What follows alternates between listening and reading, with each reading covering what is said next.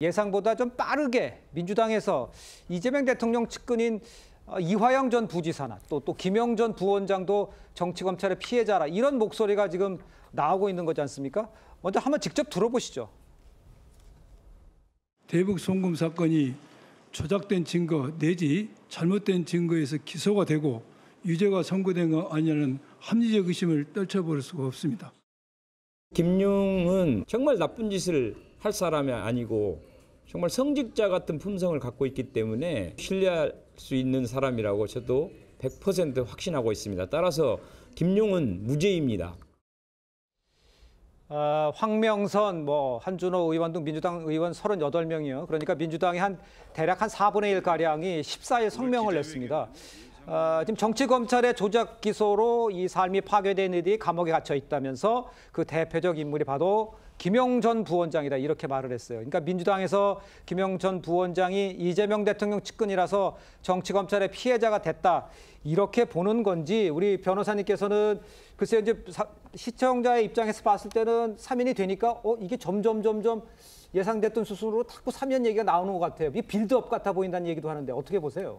그러니까 그 앞서서 이제 사실은 정치 검찰의 피해자다 이건 저희가 많이 들어서 네. 그러려니 하는데 이제 무죄가 될 상이다 이 아예 관상까지 나왔어요. 품성이 착하니까 이건 무죄가 이런 글쎄 그 대한민국 국회의원께서 저렇게 말씀을 하시면서 무죄 주장을 하시는 말이 되는지 예. 상당히 이제 자괴감이 들고요.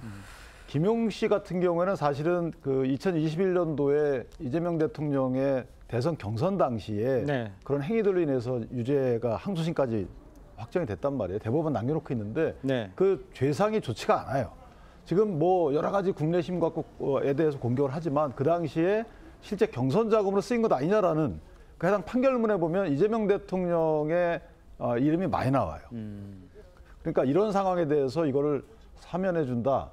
그럼 뻔한 연결점이 나오는 거죠. 네. 그리고 윤미향 씨 같은 경우에 보더라도 물론 저희가 사면한 것이 위안부 할머니들의 치욕이다 이렇게 평가하지만 그냥 단행을 하셨잖아요. 그러니까 이 윤미향 씨 등 관련된 진보 진영의 거미줄을 강화한다 이런 부분도 하나 있는 것 같고요.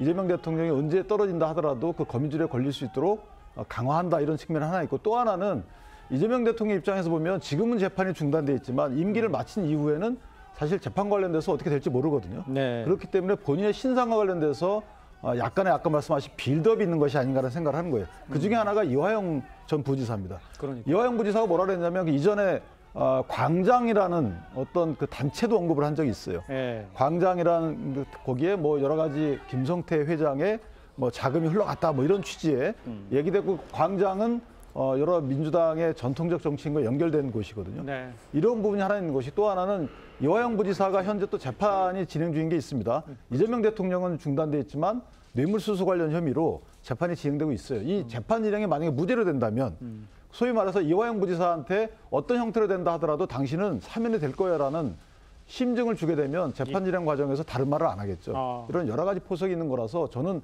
상당히 부적절할 뿐만 아니고 이건 대한민국 사법 질서를 미리 흐트러 놓는 것이다. 어떻게 보면 재판부에 압박할 수 있는 것, 당신들이 아무리 한다 하더라도 이건 사면할 거야. 네. 이런 식의 압박으로도 작용할 수 있더라고요. 지금 말씀해 주신 대로 민주당 의원들의 소위 말해서 사면에 대한 군불대기 또는 빌드업. 근데 이게 여기에 그치지 않고 민주당 전현희 최고위원은요. 김용, 이화영, 정진상, 송영길 등 이 동지들이 우리 곁으로 돌아올 수 있도록 끝까지 함께하겠다 이렇게 밝혔습니다. 국민의힘에서는 민주당이 이재명 대통령의 사법 리스크를 염두에 두고 퇴임 후 안위를 위한 군불대기다 이런 지적을 하고 있는데 글쎄요. 자, 이 상황은 어떻게 보십니까, 교수님께서는? 근데 이 사면도 지금 이제 일반적으로 지금 민주당을 지지하는 층 말고 전체 국민 여론은 사면에 대해서 특별 사면에 대해서 찬반이 팽팽해요. 그렇습니다. 팽팽한데 조금 제가 보니까 조금 더 반대가 높긴 높아요. 별 차이는 없습니다만. 예. 근데 지금 이제 이화영 전 부지사 얘기 나오죠. 김용 이 민주연구원장인가요? 부원장인가? 이 사람은 지금 아직 대법원에서 판결도 확정도 안 됐어요 아직. 네. 그 지금 여러 명 정진상 얘기도 나오고 송영길 전 의원 얘기도 나오는데 네. 저거는 민주당이 자제해야 된다고 생각해요. 왜냐하면 특별사면이라는 건 어느 정권에 있긴 있었어요. 항상 논쟁적이고 논란이 많았고 예. 정치적으로 비판 발전이 많죠. 진영을 떠나서.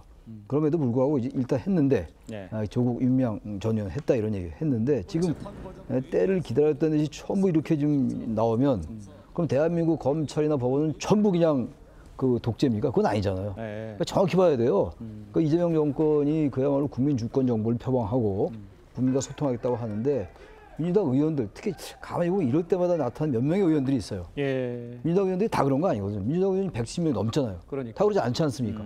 일단의 의원들이 하나의 스크럼을 형성해서 이렇게 하는 거는 제가 볼 때 이재명 정부에도 예. 큰 도움이 안 될 거예요. 예. 중도층 민심이 있는 것이고 물론 이제 국민의힘이 워낙 지금 지리멸렬이기 때문에 이렇게 하는 것 같긴 한데 그래서 제가 자꾸 말씀드리는 거예요. 국민의힘이 정신을 차려야 된다는 것이고 그래야 게임이 제대로 되죠.